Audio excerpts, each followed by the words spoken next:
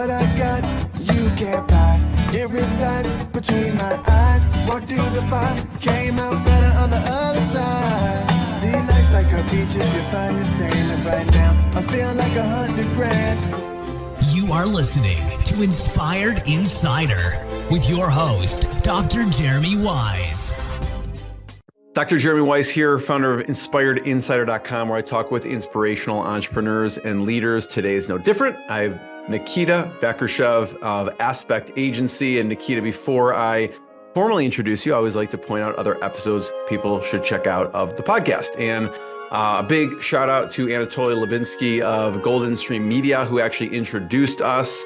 And check out the episode I did with him. Again, they're both in the e-commerce world, so you'll learn a lot from the agency side and also the e-commerce side. Also, I had Andy Crestadina, who started Orbit Media Studios. And, this is kind of relevant because, Nikita, we're going to talk about niche services. And really, Nikita is niched down to really email and SMS. And Andy really, they specialize in really high-performing websites. And so it's interesting to hear how people niche not only in industry, but in services. And he's also a fellow Chicagoan, like Nikita is from here as well.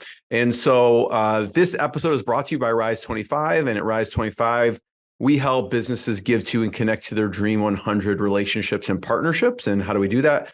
We actually help you run your podcast. We are an easy button for a company to launch and run their podcast. We do accountability, strategy, and the full production execution of a podcast. And, Nikita, for me, the number one thing in my life is relationships. I'm always looking at ways to give to my best relationships. And I found no better way to do that than to profile the people and companies I most admire and share what they're working on over the past decade. So if you've thought about podcasting, you should. If you have questions, go to rise25.com to learn more. And without further ado, Nikita Vakhrushev, I was saying, is founder of ASPEKT Marketing, and that's ASPEKT with a K, ASPEKT Marketing. And he started his agency back in 2017. He actually started his own e-commerce brand first, and then he decided, well, I'm going to start an agency as well. And he found his place in e-commerce advertising services to serve, probably scratch his own itch there. And he found great success, and he went through an evolution. We'll talk about the evolution of the different services he provided, but then he just doubled down on email and SMS marketing, which that's what he specializes in now. And after helping over 100 direct-to-consumer brands, he has a very unique perspective when it comes to most out there and the brand's retention channels. So, Nikita, thanks for joining me. Jeremy, it's a pleasure to be on the podcast. Personally, it's great to also meet a fellow Chicagoan as well. Talk about ASPEKT Marketing and ASPEKT Agency right now and what you do. Yeah, for sure. ASPEKT mainly focuses on helping brands. Okay, I guess the elevator pitch here would be we help add an extra 200 to 400K a year to e-commerce businesses' bottom line. The main reason why we have that number, because we've done it before. There's tons of case studies where we've added an extra 200 grand to someone's bottom line because of our services. And typically that's on average like 30% of the revenue that comes in from the businesses that we work with. 30% of the revenue comes in from email and SMS. Do you, if you're just listening to the audio, I'm showing, there's a video piece here and we're showing ASPEKT Agency's website. It looks beautiful, actually, Nikita. And also, I don't know, I'm curious if you learned direct response marketing from anyone, because you're very good at, that's a very benefit driven headline. It doesn't say what you do, but it's like, it is a result that a company wants to get, right? You don't even say email or SMS. You're like, do you want to add $200,000 to your bottom line? So I think it's kind of like a masterclass of how do you approach companies, right? And did you learn direct response or marketing from anyone in particular, whether it's personally or resources? Honestly, it's a mixture of all the different marketing courses that I've taken over the years. Like you mentioned in the intro, I've been in the game for about 6 years now, and I've taken I don't know, maybe like 50 different courses throughout that time. And all of them have little golden nuggets that I pick away from that talk about copywriting or sales Mm-hmm. messages. And I figured it makes sense to have something that's really punchy and really easy to stand out from the crowd. Because no one, if you talk to a marketer, it's like, hey, how can you help me? They can't tell you like, okay, well, it all depends. Usually that's the answer that you get. It's never like, oh, we'll add, an extra 30% of revenue to your bottom line by doing these things. So, and that's the benefit of being in a niche service because you can more accurately predict the results that you can generate for your clients. So talk about who are some of those people Yeah. that you studied? Yeah. So it's a mixture of, so Sam Ovens is a big influence for me. Same thing with Alex Becker. They're more so new age, like they have their own courses, they have their own YouTube channels. So I've learned a lot from those courses specifically. But you got to also go to the classics like Eugene Schwartz and David Ogilvy. Like I remember, I think in 2017 or 2018, like staying up all night, like reading through different David Ogilvy ads. I remember like the Rolls Royce one is probably the biggest one that I'm sure you know what I'm talking about, that Rolls Royce ad that everyone refers to, but that one's my favorite by far. What was the headline on the Rolls Royce when it was something like you can't hear the engine or you can't hear I'm forgetting what there was some like famous like tagline It was on the like Rolls Royce. at 60 miles an hour, the only thing you'll hear in your Rolls Royce is the clock ticking. Exactly. Yeah, Yeah. exactly. Yeah, I love it. Any ones today, copywriters, directors, sales marketers that you follow? At this point, I can't really think of anyone that comes to mind, but I love the peers that I work with. For example, like Nick Shackelford is a great person that I talk to on a weekly basis, and we chit chat about all the different things going on within the marketing space. Same thing with Eddie Malouf, who runs For Media, and plus all the people that I follow on Twitter. Like I think Charles Miller is a good one, and I think J.K. Molina is also a good one. At this point, there's so much information in the world that it's just hard for me to track down where I get some of the info. Yeah, no, I love it because I am a constant student learner. So I always like to find resources. And some of the people like Ben Settle, I don't know if you followed his stuff, but Hmm. Ben Settle talks a lot about email, all about email. He's Hmm. got a different personality than most, so it's kind of entertaining.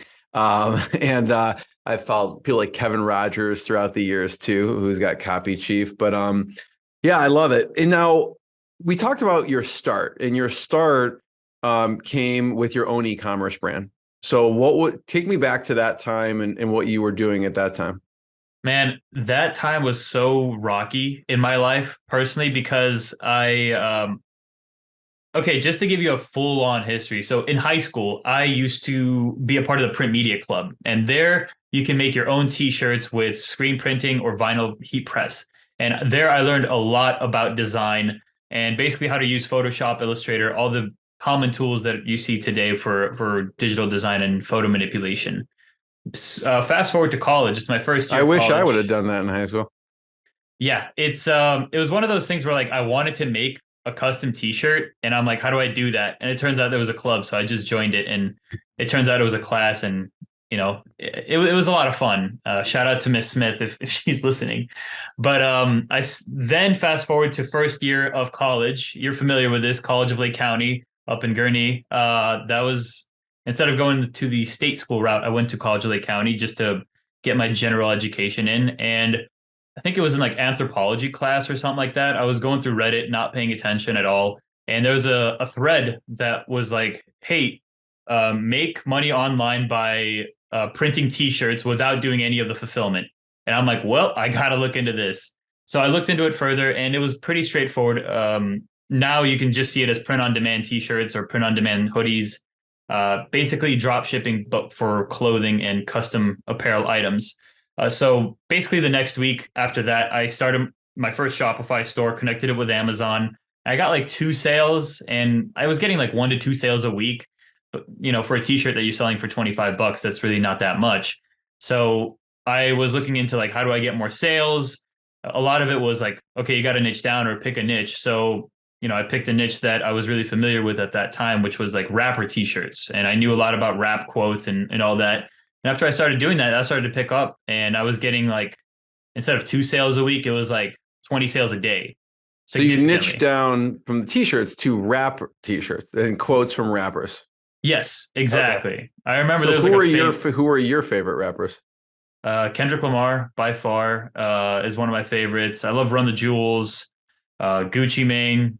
Can't deny that. 21 Savage. So I had all of those different rappers like quotes on a T-shirt, and people were just eating it up. And it was it was doing really, really well at the time.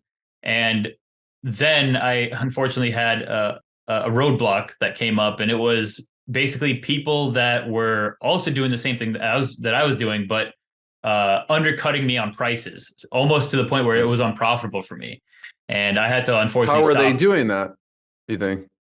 So basically, it's called Amazon arbitration, and they just take over that same exact listing by posting like, "Hey, I have this exact same item, but it's But fulfilled by me." wouldn't they be losing money though? I mean, it's not like they were doing it much cheaper than you. From what I noticed, is the only reason I found out they were doing it cheaper and worse than me by the reviews, because people would post reviews of a T-shirt that I didn't sell them, and it looked horrible. It was just like the worst, cheapest, like Gildan type quality, with like the worst print, or like it was a misprint. So it was just, I think it was like Chinese competitors that came in because they saw me. I was like number 2 listed for some of the T-shirts. So I ended up just pausing that and starting my own Shopify store, or just doing the Shopify store route instead of going through Amazon. And then that led me to another YouTube rabbit hole of like looking up how to do marketing. And that kind of like sparked the whole entire thing that I'm doing right now.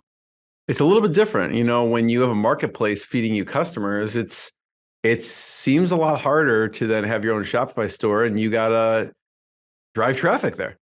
Yeah, it went back to that same thing of 20 sales a day, back to 2 sales a week or 2 sales a month. It was a rough 2, 3 months until I figured it out, but I was able to train myself up on Facebook ads, email marketing, SEO, basically bootstrapping everything and learning everything online to be able to get back to, I think at peak we were doing again like 20 sales a day. I think we were able to get to like 10K a month in total sales at one point for the t-shirt store before I had to like close it down. What But made you decide to then go double down on the agency? so I had a lot of friends that were also in the email, or not email, they were in the marketing space, or they were trying to start up their own store. And they're like, "Hey, we need help with like setting up our Facebook pixel. Can you help us do that?" I'm like, this is like 5 minutes of work, of course. And then I charge them like $100 to like do that. Or they're like, "Hey, can you manage our ads?" It's like, "Yeah, for sure, I can do that. It'll be like $500 a month." At that point, it's like pennies, but you got to start somewhere, and that's where I started. I started to build up a clientele base through friends and family and relationships that way. And things didn't really take off until I discovered Upwork, which is like a talent platform where I was able to take the case studies that I got from my friends and put them on Upwork, and grew that way to then, after Upwork, being able to generate leads on my own through like cold email or referral partnerships or LinkedIn, and so on and so forth. It's interesting because I've found several agencies that have grown to be pretty large and they had their first initial clients from Upwork. It's just an easy platform. It's like it's a thing. Okay, I call it like get pizza or want pizza, get pizza marketing. It's like if you want pizza, you're going to look to find that pizza and you will get it. So it's like if someone is looking for a Facebook ads expert, they will find someone on Upwork, and it's just, you just have to apply and apply for the gig, and you might as well get it at that point. I mean, there's a lot of competition and people like with any Yep. marketplace. So I don't know if this is the appropriate one, but Mystic Sense.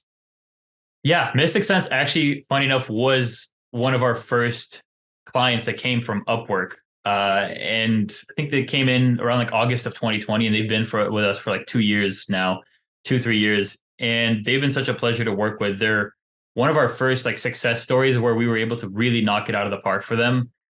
We generated them almost like $500,000 in sales through email and Facebook ads at the time. So they did super well. And we generated them at least like another 6,000 new customers for them. So it was a real pleasure to work with them. Unfortunately, they were taking all their efforts in-house end of last year, but it was definitely a lot of fun working with them. What do they sell? So they're a platform, actually. They help match normal people, us, to psychics and mediums Really? on their online platform. Wow. Yeah. That's interesting. It's one of those things Did you where end up ever using them, that you were helping them or no? no, I No. didn't end up using them, Okay. but I know a few friends that I referred them over to. They're like, this is a great platform. It's one of those niches where like, how is this making any money? And then you look at the analytics on the back and it's like, wow, I should probably start a competitor site about this. It probably gives you a lot of ideas. I mean, as an agency, I love to talk that route about taking in-house. Yeah. How do you educate them that, from my standpoint anyways, I always feel like a lot of times, unless they've grown huge, just to keep the expertise, like obviously you have specific expertise, oftentimes it costs less. You don't have to have full-time staff. And they have to then project manage everything also. Right? Yeah. How do you explain to someone, and not everyone's going to listen, that it may be better just to keep, even if they've grown, to keep you as the provider? Yeah, that's a really good question because sometimes you kind of can't control that. And as much like positive reinforcement you try to give to the client, or as much education you give to them, saying like, "Hey, look, we're going to be the better option here," without trying to sound like it's in your best interest, they're still not going to listen, and they will still go their own way. Like for example, like one of our success stories, Good Clean Love, we were able to generate an extra 20 to 30K a month for them through some of the optimizations that we made. They had a full in-house team that was doing email marketing, but they weren't generating the results that we generated them because, otherwise they wouldn't have hired us. But unfortunately, they had to move on and, not work with us after a few months because they're like, okay, cool, we can probably do this in-house. And at the same time, for me, it was a little frustrating because it's like, okay, if you had it done in-house, then why did you hire us to begin with? You know? So it's like you hired us for our expertise. We were able to get you those results, but it just didn't work out. Do they just feel like you've done so much heavy lifting, we could take it from here? Or what is their thought in I there? think it's a lot of office politics, and I don't really want to get into the details of that Yeah. because I don't know, that's on them. But I think it was just a lot of office politics, and they didn't want to work with an agency, and they wanted to keep the employees that they had, even if it was inefficient for them. Yeah. I mean, I find, at least sometimes with companies, sometimes the team has so much to work on internally that an extra resource outside is helpful, that they can focus on, other work that they need to be doing. I don't know if you've found that. Honestly, those are some of the best relationships we've had with clients, is if we're on more of a consultative base. Like, for example, Mossy Oak, one of our biggest clients that we worked with, we were on a very consultative basis where they're like, hey, look, we need another fresh eye to look at this. They have their own internal marketing team. They're like, a 20, $30 million brand. And they wanted us to take a look at the D2C side and see what they're doing with their email marketing. How could they improve on it? We did that, and we worked with them on a month by month basis. Like, hey, look, these are the things that you guys are doing right. These are the things that you guys need help on. And here's how we could do it. And we were able to supply them with different templates, different strategies, different tactics to help elevate their email marketing and their SMS marketing, purely just by having like weekly calls and auditing their back end and letting their team do the fulfillment.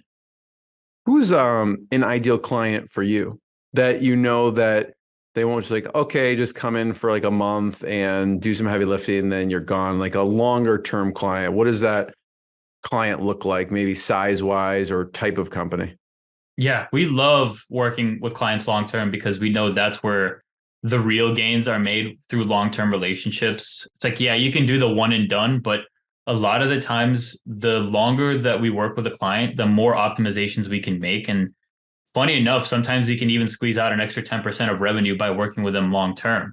So in that case, we typically, the brands that we can help the most are usually doing anywhere above $50,000 a month in revenue, and usually cap off at around $500,000 a month in revenue, because that's when they try to take things in house.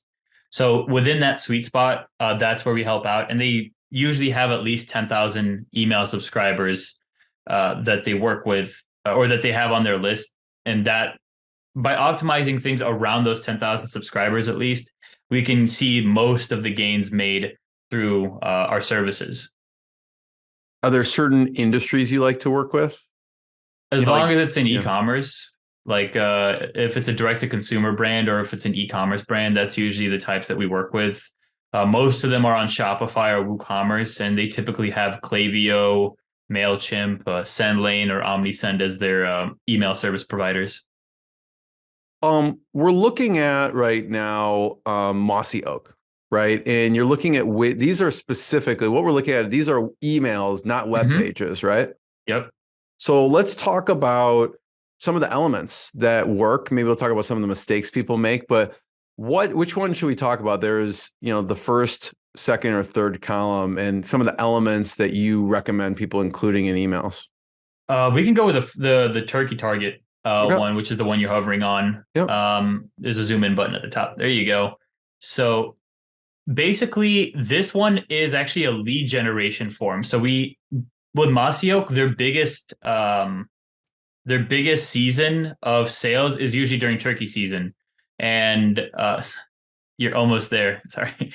It's turkey season, and that's where they get most of their sales, because that's when people buy the most gear to go out to hunt turkeys. So we can see full color, black and white, and orange bullseye with these turkey on it. Yeah. So on their main website, they have a pop-up saying like, hey, do you want a free turkey target to practice with? And this is the email they get immediately after they submit their email. So it's a turkey target. I gotcha. Yep. Yeah, it's like a PDF that prints out on a normal sheet of paper that you can use as a practice. And this has done super well because, number one, it's free, it's printable, it's free information. It's a way to interact with your consumer base without doing any work. Pretty much all you have to do is just make a quick design of the turkey target, and you get more email addresses opting into your email list. Okay, so we see that at the top, and then what's next? What else do we see here? Yep. So once we provide them with what they asked for, which is that turkey target, we then move on to getting them turkey season ready. And you can see that clearly on the call to action here on the video version, where we talk about some of the most popular gear that people buy when they go out turkey hunting, which is the flex mesh mask, which helps camouflage their neck, or the leafy hoodie, pullover. All of those things are very catered to this specific email, because we know people that are getting that target are most likely hunters that are going to be participating. And, maybe they have gear that's a year or two old. This is the best time for them to upgrade their gear. And, we see a lot of success with this specific email because it's a nice parlay into sales. I'm curious, Nikita, from this, I've heard varying opinions on this, and we should only have one call to action that we're pointing people towards. What did you find? Obviously, I'm curious why, there's several options here, as opposed to you could just focus on the turkey target. So I'm sure you've tested this many times and you've seen results. For people who are thinking, hey, I thought I was supposed to put one thing in there for people to focus in on. What are your thoughts on that? It truly depends on the email that you're trying to do. If it's educational, I think one call to action is more than enough. But in this case, this is purely a transactional email, and transactional in the way of hey, you wanted turkey targets, here are the turkey targets. But since you're here, you might as well just check out these items, And when it comes down to these types of emails, I think it's not about the one call to action. It's more so one topic. That's what we try to focus on, because we've worked with brands and they would be saying okay, here's a food and beverage brand, for example.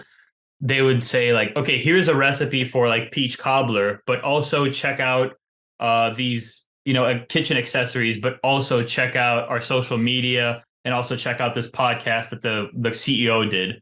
That's 4 different topics in one email. Ideally, we'd want to break that off into one specific subject per email into 4 different emails.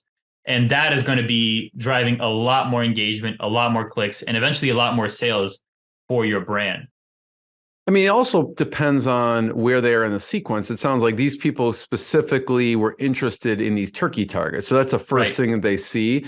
Can you talk about the different sequences, just like if we zoomed out for a second, different sequences that people should consider when they're thinking about doing email? Yeah, so I can talk about this for days, but I don't want to bore your audience too much. The big three is the big three sequences or automations or flows, whatever you want to call it.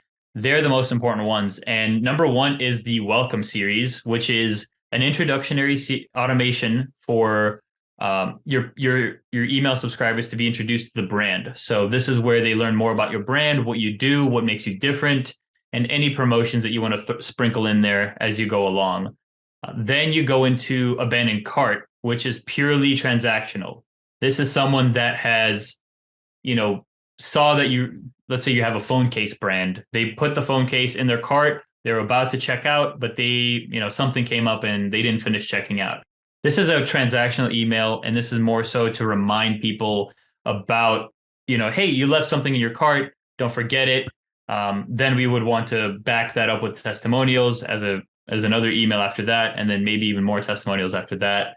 Now, this is more so a reminder for people to finish checking out, and that one does really well. And the last one is a post-purchase series. This is an email that you send out after someone's purchased, and this one is crucial, and most people don't take seriously enough because they're mostly focused on getting the customer. And it's like, okay, cool, we got the customer. And it's like, all right, cool, whatever. You still want to nurture that relationship. So after they become a customer, you still want to say like, hey, thank you for purchasing. You're supporting a local business, or you're supporting our family, whatever you want to write there. After that, we then want to get into how to use the product. If your product has specific instructions, you want to introduce the person to like, hey, here's our wiki guide on how to use the product, or here's our YouTube series on how to set this product up. Then we also encourage users to go ahead and submit a review or submit user-generated content for us that we can use on the website, or testimonials that they would want to submit.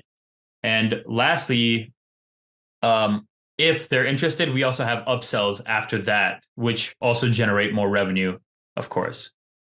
No, Nikita, I love you walking through that because, again, we're talking e-commerce, but this applies to any business, right? Do you have a welcome series, an abandoned cart? Maybe it's only specific to e-commerce, but you could still, I guess, do retargeting or something if they hit your site, and then retarget them with something, and then post-purchase, and talking about user-generated content and reviews, like that applies to whether you're a SaaS company, an agency, or anyone for that matter. Well, look, I practice what I preach. If you go on the website and you click on newsletter, you submit your email and your phone number and your info. You will get an email 5 minutes later introducing me and who I am and talking about what you've just signed up for. And then a week later, you'll get another email. And it's a very educational series because that's what we do. We want to educate users on how to use email properly, and that's why people sign up for the newsletter. But at the same time, if we have a lead come in, let's say you're interested in email marketing, we had a call, they're added to the quote unquote abandoned cart folder in my email to follow up with on every Thursday. Like, hey, how's it going? Do we want to move forward with this? Or here's a resource I found that you might find useful. Is a good way to bump up and follow up with prospects. Yeah, I know under each of these categories, the welcome series, abandon, and the post-purchase, there's a lot that goes into each one of those. When I know that you do an audit for people, where do you find, is there a common one of those that people are missing the boat most in? They have them set up because the thing is they're not missing them. Since they're the most basic three automations, they have them set up. The thing is they don't have them set up correctly, or they only have one email set up per that automation. So for a welcome series, we usually build out a welcome series for a client that's anywhere between 9 to 12 emails long. That's a 2-month long campaign pretty much. For abandoned cart, usually it's one email. We build it out anywhere between 4 to 5 emails. And with post-purchase, the same thing. It's anywhere between 4 to 5 emails that we build out versus one email. So we're just expanding the touch points that we have with the customer because we know that those touch points are going to lead to more sales, and they're going to generate more revenue because they're getting more impressions from your brand and who you are. I want to talk about tech for a second. I know that you've talked about apps and tech. You've talked about Klaviyo before. I'm curious your favorite tech. Yeah, Klaviyo, however you want to say it, that's by far our favorite or that's our favorite email service provider. Number one, because it's very easy plug and play with e-commerce based brands. And since that's our main niche, that is the main tool that we use. But there's also other tools like MailChimp. MailChimp's okay for, everything else. Like if you own like a power washing business, MailChimp's fine for you.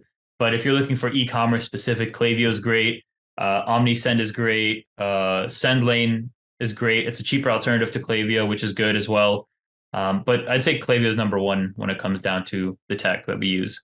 Any other favorite e-commerce apps? I'm sure there's, I know there's people probably use Shopify or Yep. BigCommerce or one of those. Are there any favorite apps that you have in those platforms?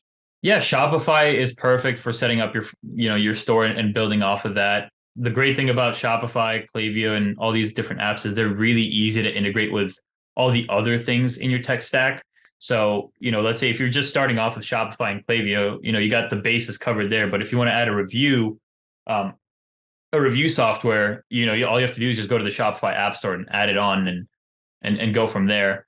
As far as getting emails opted in, I would recommend just Uno. It's a great platform for getting emails opted in. Like they do pop-ups as well as they do pop-up surveys, that sort of thing.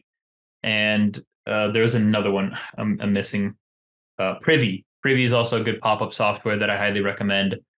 And Octane AI is good for quizzes as well. What about, we talked about the welcome series for email. I want to switch to SMS for a second. Right. Do you get pushback at all about building SMS series from companies saying, well, we don't want to be intrusive, or are they on board? It's funny because sometimes we even have pushback on the amount of emails that we send. So, but on the SMS side, we try to be as non-invasive as possible and as natural as possible when it comes to using that platform or that marketing channel. Number one, because I even sometimes when I get too many messages from a brand, I get a little bit pissed and I reply with stop. So we try to send out at most once a week, if not once every other week, an SMS text message. And if we are sending more than one a week, we want to make sure that we're segmenting the users correctly. So here we don't want to send to the same exact person twice in a week. We'd want to send out, let's say, to the engaged list once, and then to people that didn't purchase once and people that purchased once. So that way no one gets double dipped. And when it comes to SMS, we do get a little bit of pushback because they don't want to be as invasive. Like you mentioned, we want to make sure that we're hitting the audience, but we're also not doing it in a way where it's not bothering them. And we do that by making sure that the content is relevant, or the content is something that people would want to actually open and read. And number two is that the frequency isn't high, which I just talked about. What would be an example of a relevancy where they'd be excited to get that text message? Everybody loves money off. So whenever it comes to sales and promotions, those are really good. Obviously, when it comes down to educational, we try not to do too much educational because there is a character limit. And if you go over that character limit, you have to pay extra per send. So whenever it does come to education, it's usually a short blurb about, let's say, a new study that the company just released, or a new video collab, or maybe even a new podcast that the company just released, plus the link to that specific thing where they can read more about it. Are there certain platforms that you like from SMS perspective? Yeah, so Klaviyo has an in-platform SMS channel that you can use. I prefer using Klaviyo for everything. Number one is because you have all the data in the same place. And number two, you can integrate it into your existing automations. So for example, in that abandoned cart series, if we have a client that wants to do SMS as well, we set up an SMS message as like another version of a follow-up. So if you abandon something in the cart, you get an email and you get an SMS. So you're more likely to recover that cart with SMS as well. But aside from Klaviyo, we love to use SMS Bump, Postscript, and Attentive are all good platforms. Yeah. I want to talk about niching, right? Originally, when we talked about mystic sense, you were, I think, doing a little bit of everything. I want to talk about the evolution of your services. Yeah. So when I started off with the e-com store, I knew I was trying to learn everything all at once, which was email marketing, Facebook ads, Google ads, Bing ads, SEO, website design. And luckily, I had a good foundation of understanding how things work within each different marketing channel, which is like Google ads is completely different than Facebook, completely different than email. So that really helped me out when I transitioned all my skills into Upwork, because sometimes a client would be like, okay, we're looking for Facebook ads, but we're also looking for a different person for email. I'm like, well, I can do both. So that really helped with generating clients that way. And it was great as a freelancer because I knew what I was doing and I had creative control over everything. As I started to expand my team and started to hire on people, those services got more and more complicated, bigger. We were working with bigger retainers, bigger brands, a lot more communication touch points. And it got to a point where we were doing, I think, Facebook, Google, TikTok, creative services, conversion rate optimization, email marketing. It's like 6 or 7 different services, all fulfilled by like a team of 5, for like 6 clients. It gets really, really complicated. And the money was good, but also, you had to pay a lot for the wages and all the different softwares. So it got to a breaking point where I was stressful. I'm like, I'm working way more, I'm making way less because of all the different employees that I had to pay. So I'm like, okay, cool. How do I switch this up? So I looked at it and I'm like, okay, cool. Email marketing is by far the best retention of all of our services. With Facebook ads, we would churn anywhere between 3 to 6 months on average.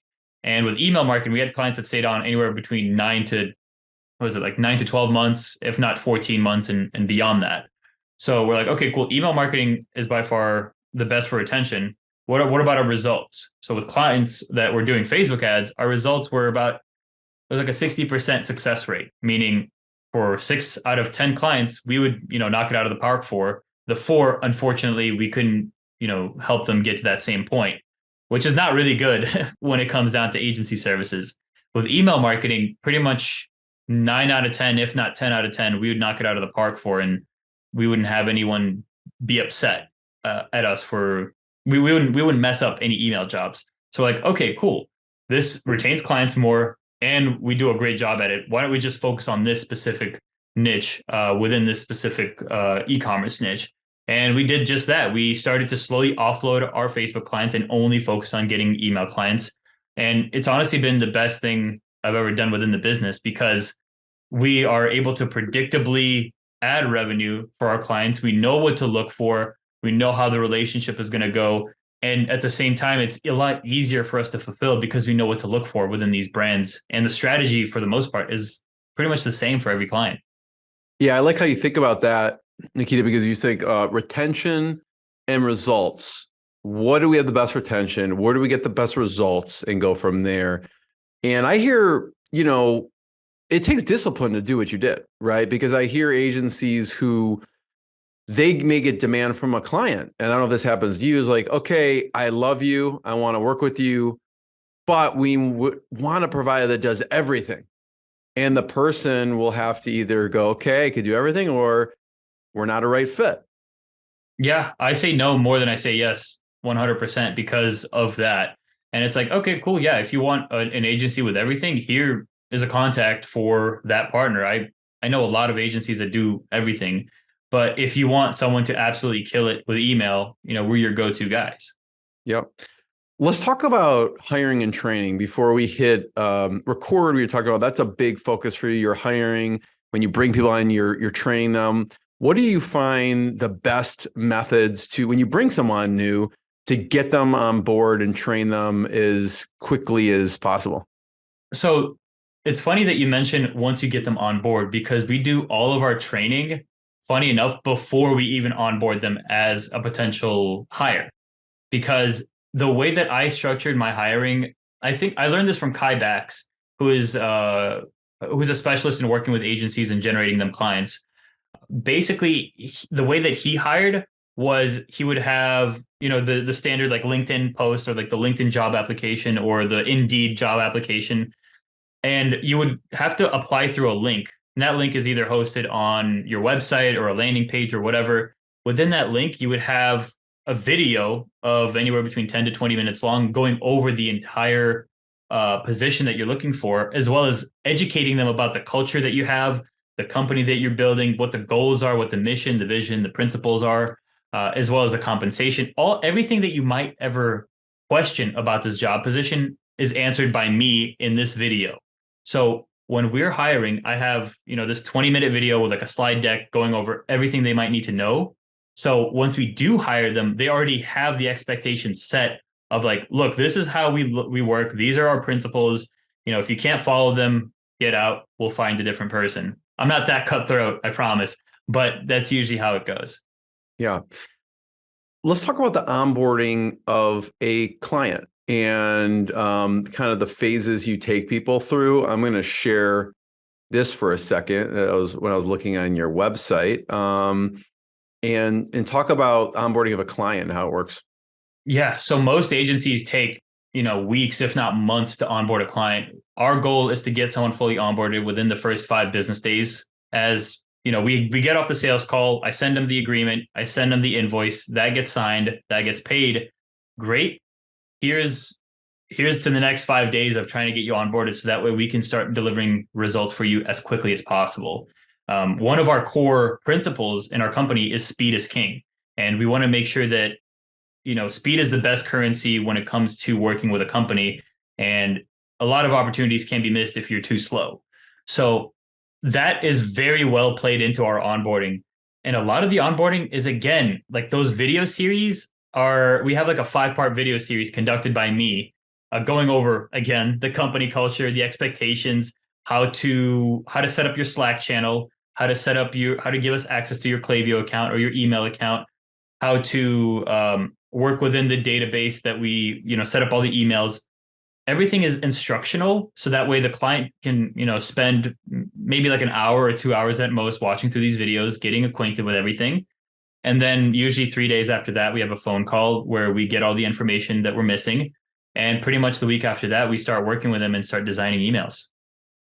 And that's in the launch phase. Yep, exactly. I have to just say, one of my favorite parts of your website is right here.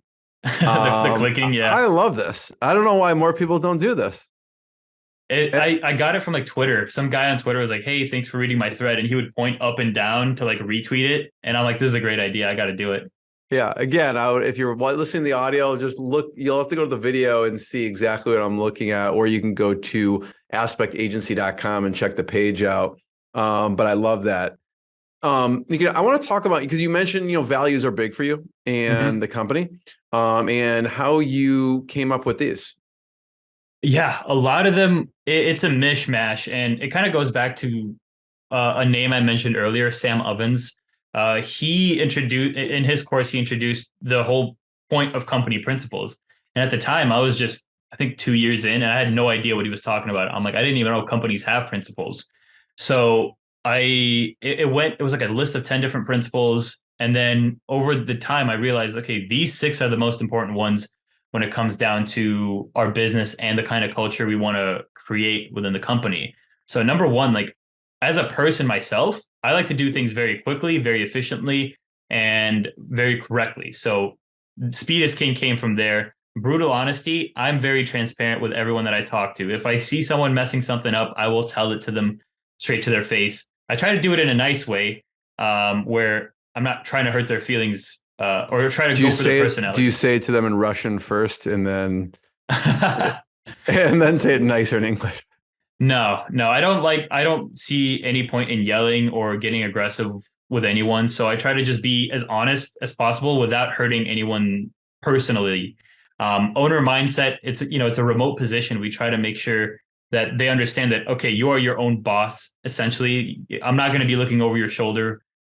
Same thing with taking accountability, and also evolving as a person, which goes into grow or die. You're either moving forward or you're going backwards. So you got to either, grow as a person or grow as an employee, or you're eventually going to be cut from the team. So how do you say this brutal honesty in Russian? Честность. It's basically like honesty. Love it. So I have one last question. Nikita, first of all, thank you. Thanks for sharing your expertise, your knowledge, your journey. And I want to encourage people to check out ASPEKT agency.com. It's ASPEKT agency.com. And last question is really, we've talked a lot about your journey. And I'd love to talk, one of the cases that we were talking about before we hit record was Retainers Direct. And what were some of the things you did with Retainers Direct? Retainers Direct is by far one of my favorite clients. Tanner, if you're listening, big shout out to you. That's our main point of contact at Retainers Direct, and he's one of the co-founders. Basically, we took them from generating, I think it was like $500 a month in email revenue, all the way up to like consistent 20K months in email revenue. So they had basically nothing. They had emails set up, but I don't think they were working properly. And the past agency that set them up, the emails weren't doing the job that they were supposed to do. So we came in there, we cleaned things up, implemented brand new automations, started sending out campaigns on a more consistent basis. And we were able to, generate them a substantial amount of income to the point where, it's a sizable chunk on their P&L now. So there's a couple things we're seeing here. What worked for them as far as some of these campaigns? So those are specific emails that we send out on a biweekly or weekly basis. And I think out of all of those three, the middle one worked the best because it was educational. People have a lot of hard time trying to trust a brand that isn't Invisalign in the space, basically, because Invisalign is such a huge brand. Is this a teeth whitening solution? Retainer? No, it's a retainer, actually. A retainer. So okay. It's a cheaper alternative to Invisalign. So you see, like, even me saying that, it already automatically assumes like Invisalign is better because of retainer, like because of the way I worded that. So we wanted to make sure that we educated our customers and our prospects into understanding why it's better to choose us. And one of the best ways we did that was teaching them on when they should be replacing their retainer, because you need to do it every 2 years. And if you don't, you're more likely to develop bad side effects if you don't. So this educational email actually generated us, I think it was like $2,000 or $3,000 in sales because of the nature of the email. I love it. First of all, Nikita, thank you. Everyone check out more episodes of the podcast to learn more. And I want to be the first one to thank you and thank everyone else. Thanks, Nikita. Yeah, it was a pleasure. Thank you, Jeremy. What I got, you can't buy. It resides between my eyes. Walked through the fire, came out better on the other side. See, life's like a beach if you find the sailing right now. I'm feeling like $100 grand.